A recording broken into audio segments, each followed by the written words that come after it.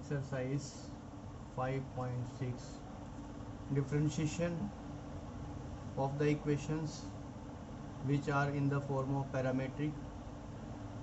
हम यहाँ पर क्वेश्चन नंबर 1 लेंगे। क्वेश्चन नंबर 1 है x is equal to 280 square, x is equal to 280 square, y is equal to 80 raise to the power 4। आपको जो find out करना है वो फाइंड आउट करना है dy बाई dx। अब हम यहाँ पर देख रहे हैं क्योंकि जो इक्वेशंस हैं वो पैरामीट्रिक फॉर्म में रिप्रेजेंट की गई है, मींस जो हमारा डिपेंडेंट और इंडिपेंडेंट वेरिएबल हैं उनको एक्सप्रेस किया गया है एक थर्ड वेरिएबल में जो कि है t के फॉर्मेट में। तो यहाँ पर जब हम डिफ्रेंशिएट करते हैं तो उसके लिए एक प्रोसीजर अडॉप्ट करना पड़ता है। हम यहाँ पर क्या लिखेंगे, हम जानते हैं कि dy बाई dx को हम इस तरीके से भी लिख सकते हैं dy बाई dt और यहाँ पर dx बाई dt, क्योंकि यदि मैं इसको मैथमेटिकली सिंप्लीफाई करूँ तो dt से dt कैंसिल हो जाएगा और मेरा dy बाई dx बच जाएगा। अब मेरा जो ये क्वेश्चन है ये दो पार्ट में डिवाइड हो गया। पहला पार्ट हो गया मेरा dy by dt find out करना और दूसरा पार्ट हो गया dx अपॉन में dt फाइंड आउट करना। ये मेरे दो पार्ट हो गए इस क्वेश्चन के। अब सबसे पहले x इज इक्वल टू क्या दिया हुआ है 280 स्क्वायर, हमें फाइंड आउट करना है dx बाई dt, तो operating d by dt both sides. तो यहाँ पर दोनों तरफ हमने d बाई dt को ऑपरेट कर दिया ये इस तरीके से। अब ये बन गया हमारा कितना dx बाई dt और ये 2a ये कांस्टेंट है, ये बाहर आ जाएंगे और t स्क्वायर का जो डेरिवेटिव है वो बन जाएगा हमारा 2t। तो ये कितना हो गया 4at। So dx by dt is equal to 480। इस पार्ट में हमारा ये पोर्शन हो गया। अब हमारा नेक्स्ट एम है क्या dy by dt find out करना। तो y कितना दे रखा है हमारा 80 रेज़ टू दी पावर 4। तो उसी तरीके से operating d by dt both sides, दोनों साइड d बाई dt को हमने ऑपरेट कर दिया और इस तरीके से लिख दिया। ये बन गया हमारा dy बाई dt और यहाँ पर a बाहर आ जाएगा क्योंकि कांस्टेंट है और t raise to the power 4 का जो डेरिवेटिव है वो हमारा हो जाएगा 4t rays to the power 3।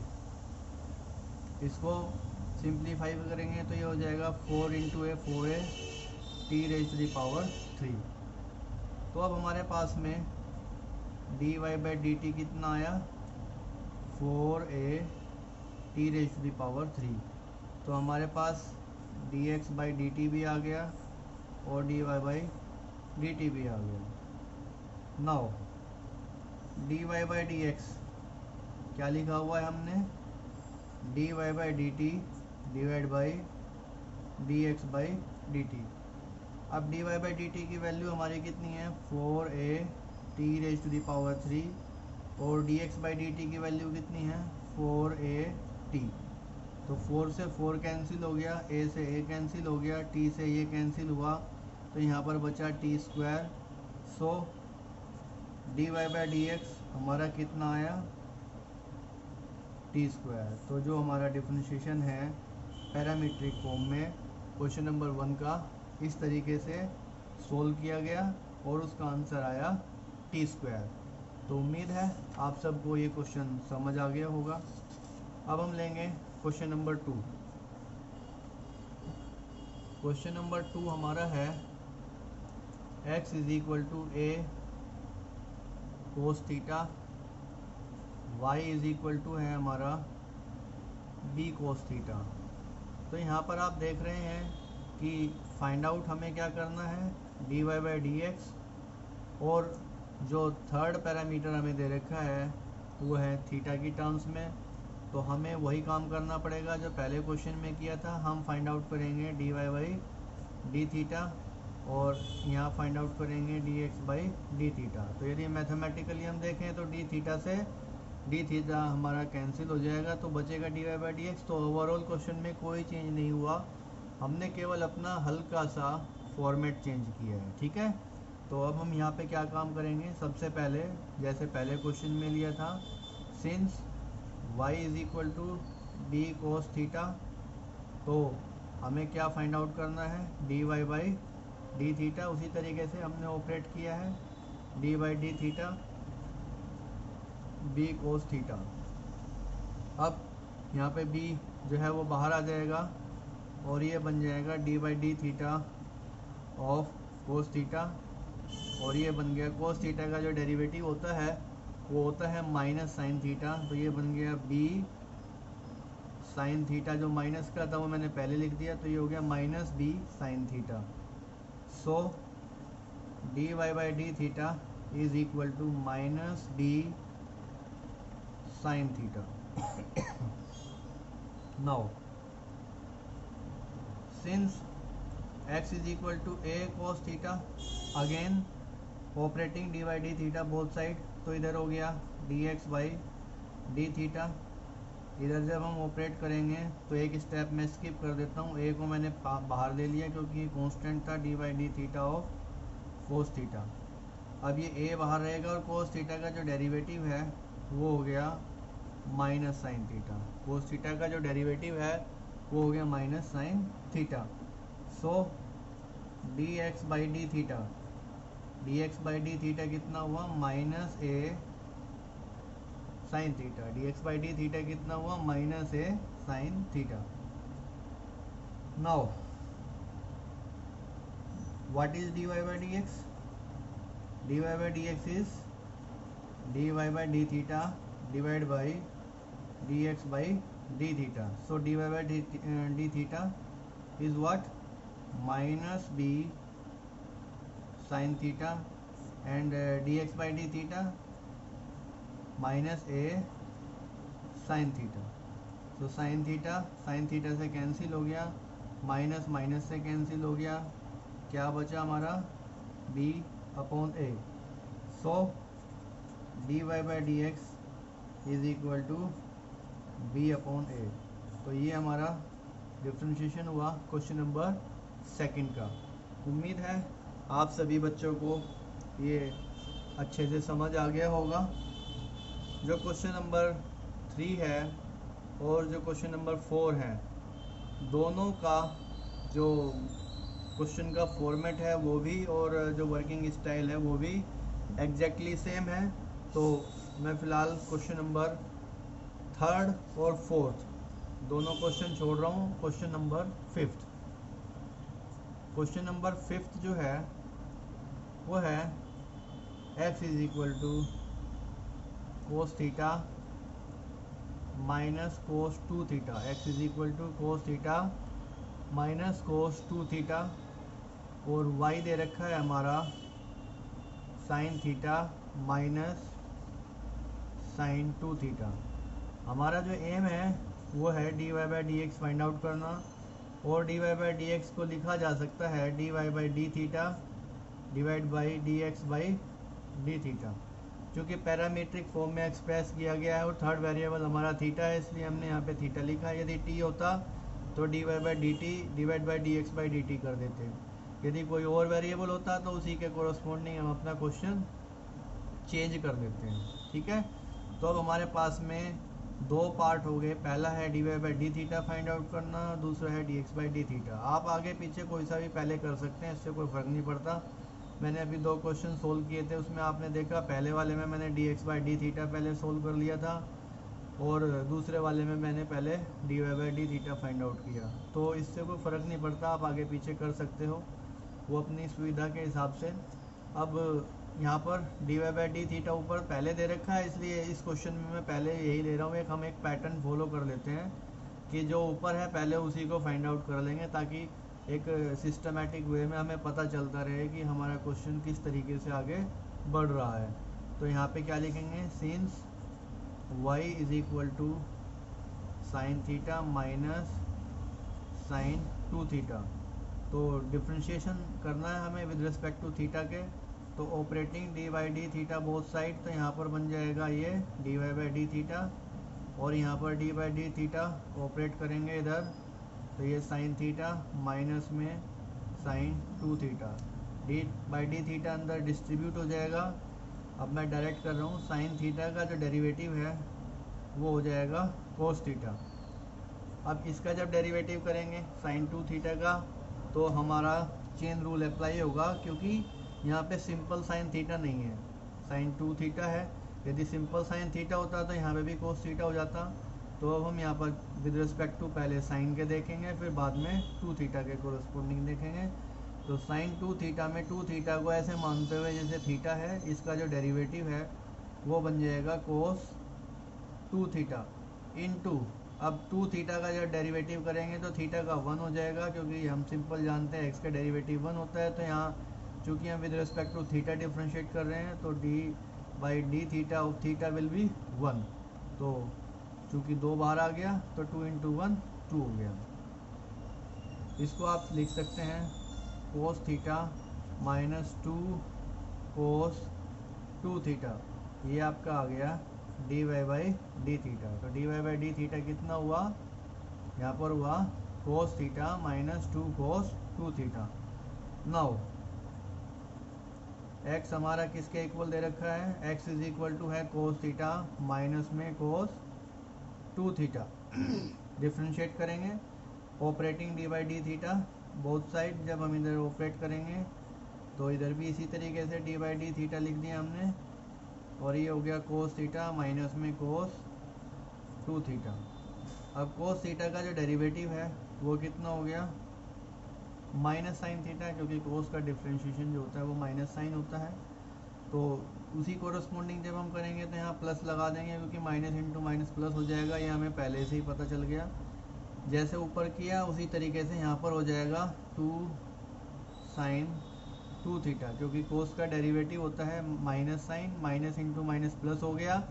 2 theta को मैंने ऐसे एज्यूम किया जैसे सिंपल थीटा था, तो इसलिए साइन 2 थीटा, फिर 2 थीटा का डिफ्रेंशिएशन किया तो 2 आ गया और थीटा का 1 हो गया। तो यहाँ पर D x by D theta आ गया मेरा माइनस साइन थीटा प्लस में 2 sine 2 theta. Now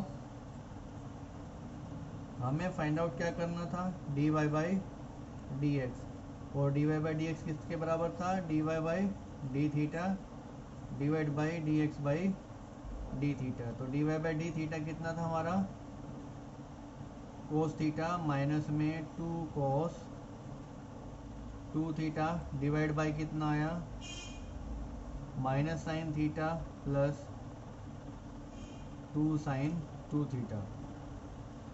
so last ये आपका आंसर हुआ, जो हम दोबारा लिख रहे हैं। वैसे तो वहाँ पे भी छोड़ देते तो भी कोई दिक्कत नहीं थी, और प्लस में 2 साइन 2 थीटा, ये आपका आंसर हो गया। उम्मीद है आपको ये क्वेश्चन अच्छे से समझ आ गया होगा। जो क्वेश्चन नंबर 6 है वो अकॉर्डिंग टू बिल्कुल एग्जैक्टली सेम पैटर्न फॉलो करेगा जो क्वेश्चन नंबर 5 का है। तो क्वेश्चन नंबर 6 यहाँ पर जो है मैं सॉल्व नहीं कर रहा हूँ। अब क्वेश्चन नंबर 7 है और क्वेश्चन नंबर 8 है।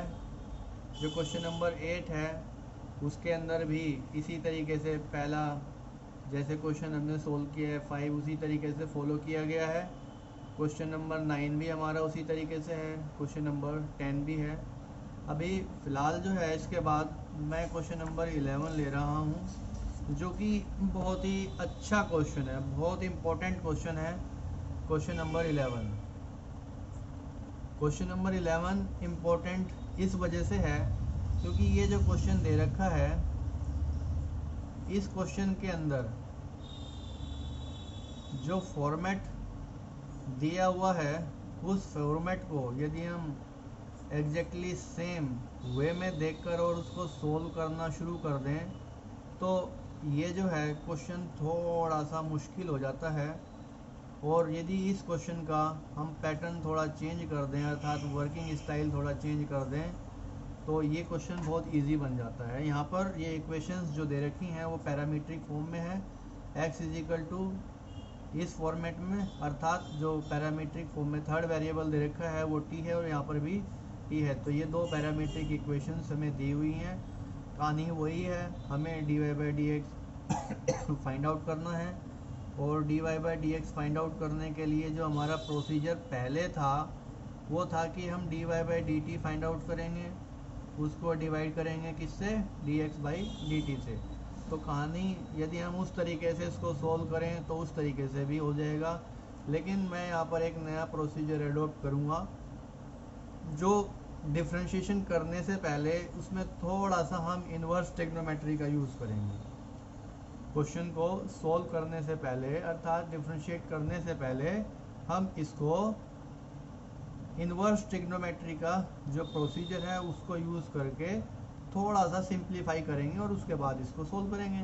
तो आप यहाँ पर देख सकते हैं ये जो पोर्शन दे रखा है, यहाँ पर x को क्या लिख सकते हैं, इसको हम लिख सकते हैं a raise to the power sine inverse t, और जो स्क्वायर रूट है इसको मैं यहाँ पर ला सकता हूँ। सिंप्लीफाई है, बड़े प्यार से आप आराम से देख सकते हैं। इसको यदि मैं यहाँ पर एक बार दोबारा लिख के दिखाऊं तो आप इसको कैसे लिखते हैं, a साइन इनवर्स t और पूरे की पावर 1/2, और इसको यदि मैं सिंप्लीफाई कर दूं तो ये बन जाता है। तो मैंने डायरेक्ट यहाँ पे लिख दिया था। अब मुझे लगा कि शायद हो सकता है आपको कुछ कन्फ्यूज़न हो जाए, तो ये पहले ऐसे हुआ फिर यहाँ से यहाँ आया। उसी पैटर्न को फॉलो करते हुए y इज इक्वल टू कितना हो गया, a cos inverse t upon में 2। अब ये एक सिंपल थ्योरी हो गई जो इन्वर्स ट्रिग्नोमेट्री से भी पहले हमने जो स्क्वायर रूट वगैरह की प्रॉपर्टी पढ़ी हुई है उसके हिसाब से, अर्थात यहाँ तक अभी केवल हम जो बेसिक मैथमेटिक्स है उसका यूज़ कर रहे हैं। नाउ x इंटू वाई, ये क्या बन गया, a sign inverse t upon 2 into a cos inverse t upon 2। Base same है तो पावर ऐड हो जाएंगी, ये बन गया sign inverse t upon 2 plus cos inverse t upon 2। अब इनवर्स ट्रिग्नोमेट्री की एक प्रॉपर्टी है, हम जानते हैं sine inverse x plus cos inverse x is equal to π/2। तो वही चीज़ हम यहाँ पे फॉलो करेंगे। यहाँ पर आप ये जो पावर है इसमें से हाफ कॉमन ले लें तो ये बन गया sign inverse t plus cos inverse t। जो प्रोसीजर यहाँ पर हमने बताया कि sign inverse x plus cos inverse x π/2 होता है, तो उसी थ्योरी के हिसाब से ये हो जाएगा a raise to the power 1/2 into π/2, और ये कितना बन गया a raise to the power π/4 means x into Y हमारा आ गया a raise to the power π/4। अब ये क्वेश्चन जो है हमने पैरामीट्रिक से चेंज कर लिया अपना सिंपल फॉर्मेट जो अभी तक आप करते हुए आ रहे थे। तो अब हम यहाँ पर क्या करेंगे, यहाँ पर हम इसको क्या लिख सकते हैं, operating d by D x simple हो गया। अब हमें ये प्रोसीजर एडॉप्ट करने की ज़रूरत नहीं है। तो यहाँ पर simple product tool x as it is, y का डिफ्रेंशिएशन कितना हो गया D Y by D x plus y as it is, और x का जो डेरिवेटिव है वो 1 हो गया, और ये कांस्टेंट है, कांस्टेंट का डेरिवेटिव हम जानते हैं कितना होता है 0। तो इसको लिख सकते हैं x into d Y by D x, x into d Y by D x, इसकी साइड चेंज की है तो हो गया minus y d Y by D x, ये कितना हो गया माइनस वाई अपॉन में एक्स। तो ये आपका आंसर आ गया। ये क्वेश्चन बहुत ज़्यादा अच्छा है, अच्छा किस सेंस में है कि इसको हम हॉट क्वेश्चन की कैटेगरी में लेकर आ सकते हैं। हॉट क्वेश्चन क्या होते हैं, हॉट क्वेश्चन ऐसा नहीं होता कि वो बहुत ज़्यादा गर्म होते हैं। हॉट क्वेश्चन का मतलब है कि उसमें एक टॉपिक के अंदर दूसरे टॉपिक का यूज़ किया हुआ होता है। जैसे जो आपकी एक्सरसाइज है, ये एक्सरसाइज किससे बेस्ड है, डिफरेंशिएशन से। और डिफरेंशिएशन में यदि हम इन्वर्स ट्रिग्नोमेट्री का यूज़ कर लें तो ये क्या बन जाता है, हॉट क्वेश्चन बन जाता है। तो इसको यदि हम इस तरीके से सोचते हैं तो ये हार्डली 1 मिनट इस क्वेश्चन को सोल्व करने में लगेगी और आंसर हमें एकदम मिल जाएगा। तो आजकल क्या है कि हमें पैटर्न फॉलो करना है, कौन सा, कि जिसमें हम कम टाइम के अंदर क्वेश्चन को जल्दी से जल्दी सोल्व करें। कारण क्योंकि अब आप जानते हैं कि आपके यहाँ MCQ क्वेश्चंस भी आने लगे हैं, ट्रू फॉल्स भी आने लगे हैं, फिल इन द ब्लैंक्स भी आने लगे हैं, और शॉर्ट आंसर टाइप में जो 2 मार्क्स के आते हैं। तो यदि ये क्वेश्चन 2 मार्क्स में या MCQ में या किसी फॉर्मेट में मिल जाता है तो आपको यदि परंपरागत तरीके से अर्थात पैरामीट्रिक मेथड का यूज़ करेंगे तो बहुत ज़्यादा टाइम लग जाएगा और मे बी पॉसिबल आप इतनी जल्दी आंसर भी नहीं फाइंड आउट कर पाएंगे। जबकि यदि इस मेथड का आप यूज़ करेंगे पर्टिकुलरली इसी में, ऐसा नहीं है कि मैं सारों में कह रहा हूँ, ये थोड़ा सा स्पेशल क्वेश्चन है इसलिए इसको स्पेशल तरीके से सोल्व करने की कोशिश की है। उम्मीद है आप सभी छात्रों को ये एक्सरसाइज समझ आ गई होगी। इस एक्सरसाइज की रिगार्डिंग मैंने एक वीडियो पहले भी भेजी थी, वो वीडियो देखने के बाद यदि कोई डाउट आपका बचा हो तो उम्मीद है इस वीडियो के बाद आपका वह डाउट क्लियर हो जाएगा। आप इस एक्सरसाइज को ध्यान से समझें और ध्यान से समझने के बाद अपनी नोटबुक में इसको करने की कोशिश करें।